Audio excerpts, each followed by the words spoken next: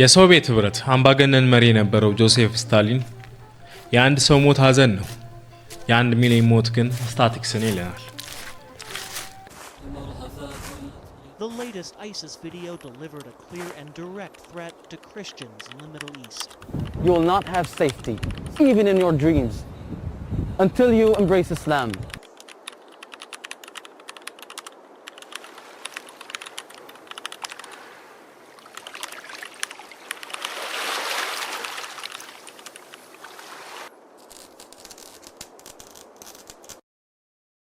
የዛሬ 10 ዓመት እንደ ሀገር ትልቅ ሀዘን ውስጥ የገባንበት እንደ ክርስቲያን በታሪክ የምናውቃቸውን የሰማዕታት የሃይማኖት ተጋድሎ በ21ኛው ክፍለ ዘመን ያየንበት የማይረሳ ዓመት ነበር። እንደ አውሮፓውያን አቆጣጠር ኤፕሪል 19 2015 በሊቢያ ባህር ዳርቻ በአይሲስ ሃይማኖታቸውን ቀይሩ፣ መስቀላቸውን በጥሱ የተባሉ ሰማዕትነትን የተቀበሉ ከሊቢያ ወደ አውሮፓ በስደት ለመሸሽ ከኢትዮጵያ የወጡ 30 የሚበልጡ ኢትዮጵያውያን ኦርቶዶክስ ክርስቲያኖች በሊቢያ በረሃ ስለ ሃይማኖታቸው ሲሉ ሰማዕትነትን ተቀበሉ። Tens of thousands of Ethiopians protest the killing of Ethiopian Christians in Libya and their own government's failure to raise living standards of the poor, with poverty fueling the flow of migrants through dangerous areas. The government-supported march at Addis Ababa's Meskel Square turned violent as stone-throwing protesters clashed with the police, who arrested at least 100 people. Referring to Ethiopians seen beheaded or shot in a video released on Sunday by Islamic State, protesters chanted, "We want revenge for our sons' blood." If military action is an option, the government has announced 3 days of nationwide mourning.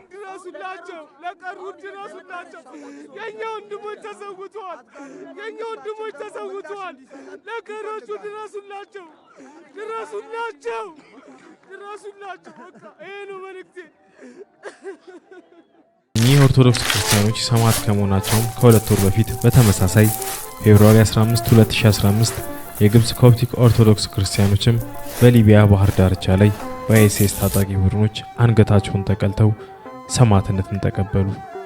በሰዓቱ እነዚህ ቪዲዮ በዓለም ላይ ልክ እንደ ሰደድ እሳት ነበር የተሰራጩት።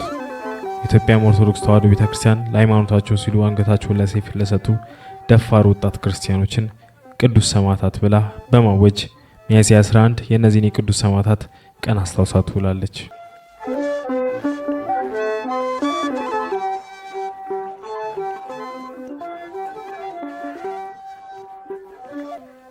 በተመሳሳይ በግብጽ ኮፕቲክ ኦርቶዶክስ ቤተክርስቲያንም የርዕሰ ሊቃነ ጳጳስ ቴዎድሮስ ሁለተኛ በየዓመቱ የካቲት 15 የ21ዱን የቅዱሳን ሰማዕታት የሚከበርበት ቀን እንዲሆን አወጁ።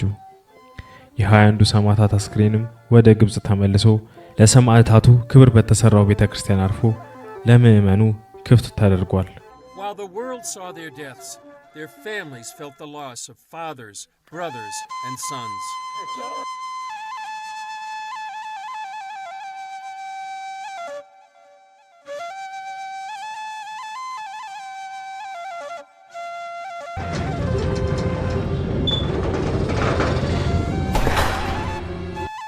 ሰሞኑን 10ኛ ዓመት የሰማዕትነት ቀናቸው በተከበረበት ዕለትም በሊቢያ ባህር ዳርቻ ሰማዕት ከመሆናቸው በፊት በታህሳስ ወር 2014 ዓ.ም በአይሲስ ከታገቱበት ጊዜ ጀምሮ ያሳለፉትን መከራ፣ የሃይማኖት ጽናትና ተጋድሎ እውነተኛ ታሪካቸውን የሚያሳይ አዲስ ፊልም ተሰርቶ የ21ዱ ሰማዕታት ቤተሰቦች በተገኙበት ተመርቋል።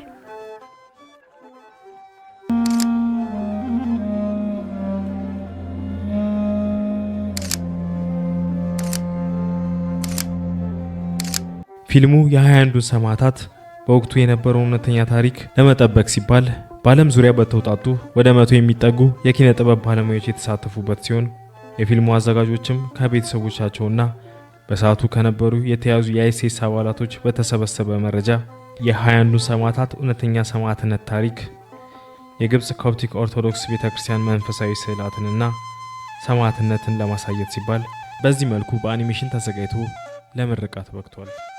ፊልሙም ከ10 ዓመት በፊት ሚያዝያ 11 ወይም እንደ አውሮፓውያን አቆጣጠር ኤፕሪል 19 2015 ለክርስትናቸው ሲሉ ሰማዕትነትን የተቀበሉ ከ30 የሚበልጡ ኢትዮጵያውያን ማስታወሻነት ይሆን ዘንድ በዶክመንተሪ መልክ ወደ አማርኛ ተተርጉሞ ቀርቦላችኋል። በቅድሚያ ለዚህ ቻናል አዲስ ከሆኑ ቻናሉን ሰብስክራይብ በማድረግ ቪዲዮን ይጀምሩት።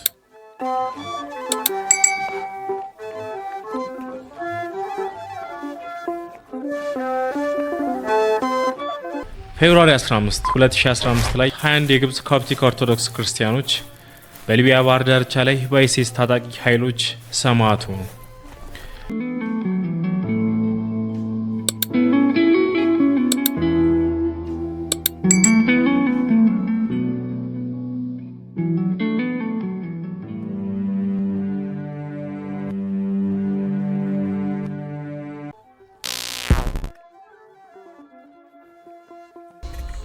የጌታ የኢየሱስ ክርስቶስ ጸጋ፣ የእግዚአብሔር ፍቅር፣ የመንፈስ ቅዱስ ኅብረት ከሁላችሁ ጋር ይሁን። በሰላም ሂዱ። የእግዚአብሔርም ሰላም በእናንተ ላይ ይሁን።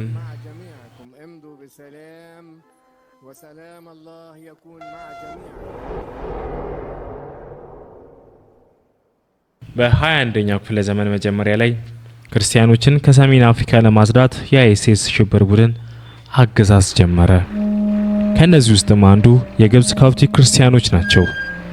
ለአውሮፓውያን አቆጣጠር በታህሳስ 2014 አይሲስ 7 የግብጽ ኮፕቲክ ኦርቶዶክስ ክርስቲያን የሆኑ ግብጻውያን ከሊቢያ ወደ ግብጽ ሲሄዱ በመንገድ ላይ በቁጥጥር ስር አውለዋል። ከሳምንት በኋላም አይሲስ ግብጻውያን ያረፉበት የመኖሪያ ቤቶችን ወረሩ። ካላህ በቀር አምላክ የለም፣ መሐመድ የሱ ነብይ ነው።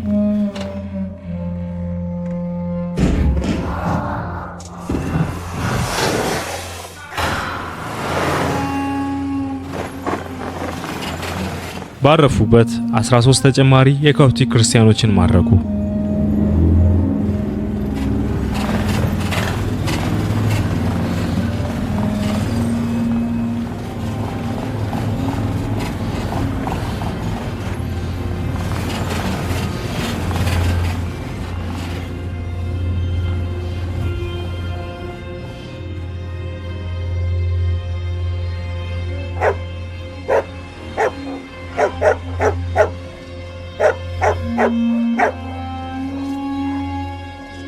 በአጠቃላይ 20 የኮፕቲክ ግብጻውያን በአንድነት በመሬት ውስጥ በሚገኝ እስር ቤት ውስጥ ተሰብስበው ታሰሩ።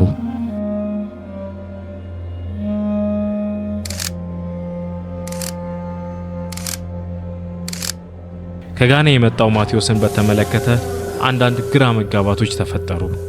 እሱ የተያዘው በተለየ ወረራ ስለነበር በዚህ ምክንያት አይሲሶች ሊለቁት ሲሞክሩ እኔ ከግብጻውያኑ ጋር አንድ ሰው ነኝ ብሎ አጥብቆ ተናገረ። አምላካቸው ለሱም አምላኩ ነበር። የታጋቾች ቡድንም ከማቴዎስ ጋር በድምሩ 21 ሆኑ።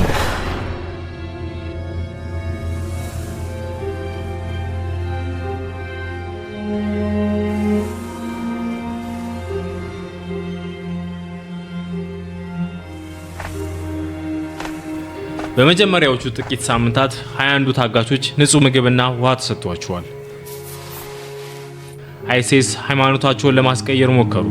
እምነታቸውንም እንዲክዱ ገንዘብ ሳይቀር ተሰጥቷቸዋል። ግን ምንም ጥቅም አልነበረውም። ክርስቲያኖቹ አይንቀሳቀሱም። በዚህ ምክንያት የማሰቃየቱ ጉዞ ተጀመረ።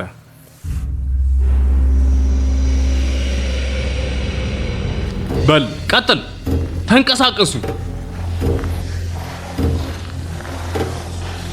በፍጥነት ቀጥል።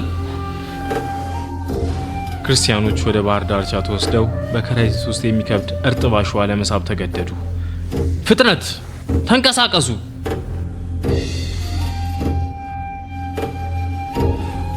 ከመካከላቸውም አንዱ አቅቶት ሲወድቅ ደበደቡት።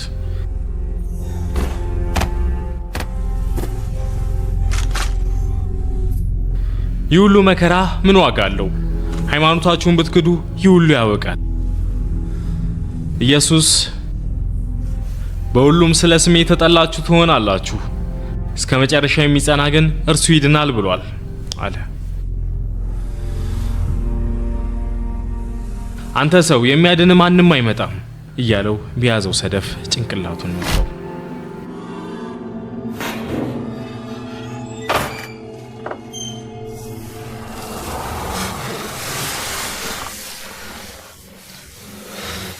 በመሬቱ ላይ ያለ ማቋረጥ ውሃ ስለሚያፈሱ ሰዎቹ መተኛት አልቻሉም።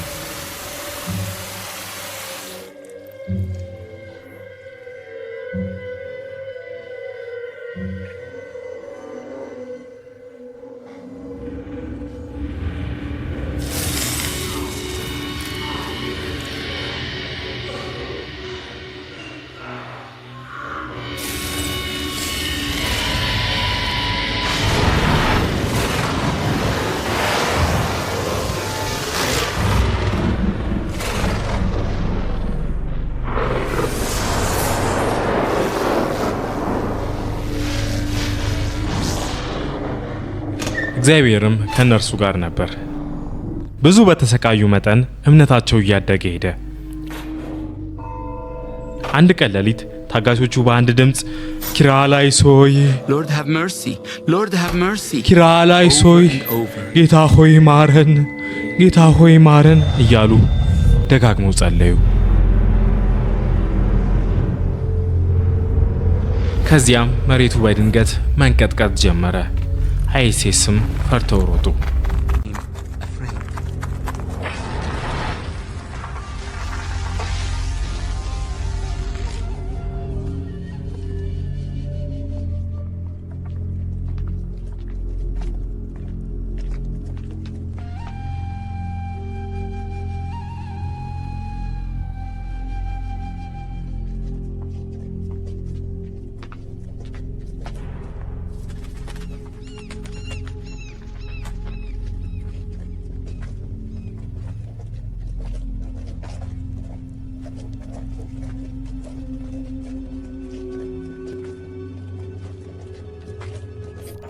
ክርስቲያኖቹ በባህር ዳር ሲራመዱ አይሴስ ሲቀርጿቸው ብርቱካናማ ቱታ ለብሰው ይታያሉ።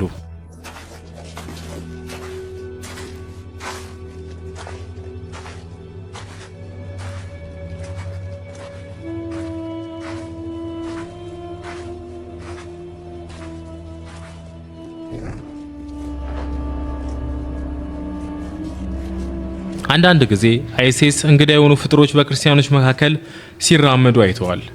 ከነዚህ ምስሎች መካከል አንዳንዶቹ ሰይፍ ይይዛሉ፣ ሌሎቹ ጥቁር ለብሰዋል እና ሌሎቹ ደግሞ በፈረስ ይጋልቡ ነበር። አንዳንድ ጊዜ ታጋቾቹን ይዘው በባህር ዳርቻ ላይ ሲራመዱ የሰማዩ ቀለም የተቀየረ ይመስላል።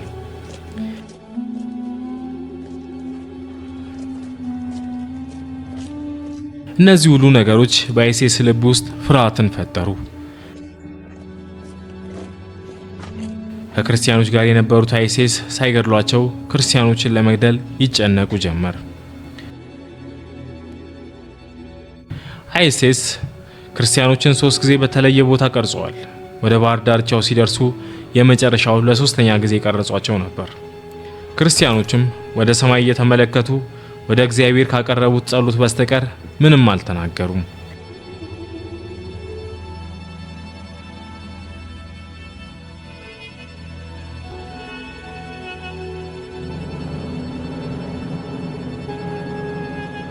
አክሽን! ምስጋና ሁሉ ለብርቱና ለኃያሉ አላህ የተገባ ነው። በረከትና ሰላም በሰይፍ ለዓለም ሁሉ እዝነት በተላከው ላይ ይሁን። ወገኖች ሆይ በቅርቡ ባልሻም ኮረብታ ላይና በዳቢቅ ሜዳ ላይ ለረጅም ጊዜ የመስቀል ሽንገላ የተሸከሙትን ጭንቅላቶች ስንቆርጥ አይታችሁናል። ዛሬም በደቡብ ሮም የሙስሊሞች ምድር በሆነችው ሊቢያ ላይ ሌላ መልእክት እያስተላለፍን ነው።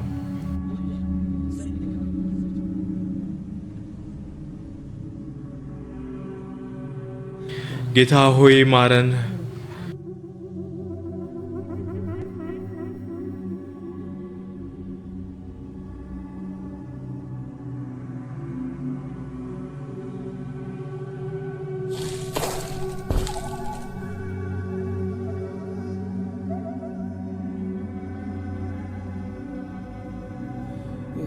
ኢየሱስ ሆይ የሚያደርጉትን አያውቁምና ይቅር በላቸው።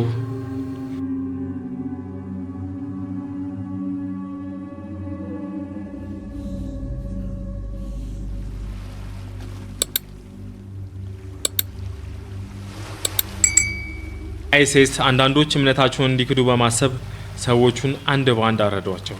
ነገር ግን ሁሉም የኢየሱስን ስም በከንፈሮቻቸው እየጠሩ አንገቶቻቸው ታርደው ሞቱ።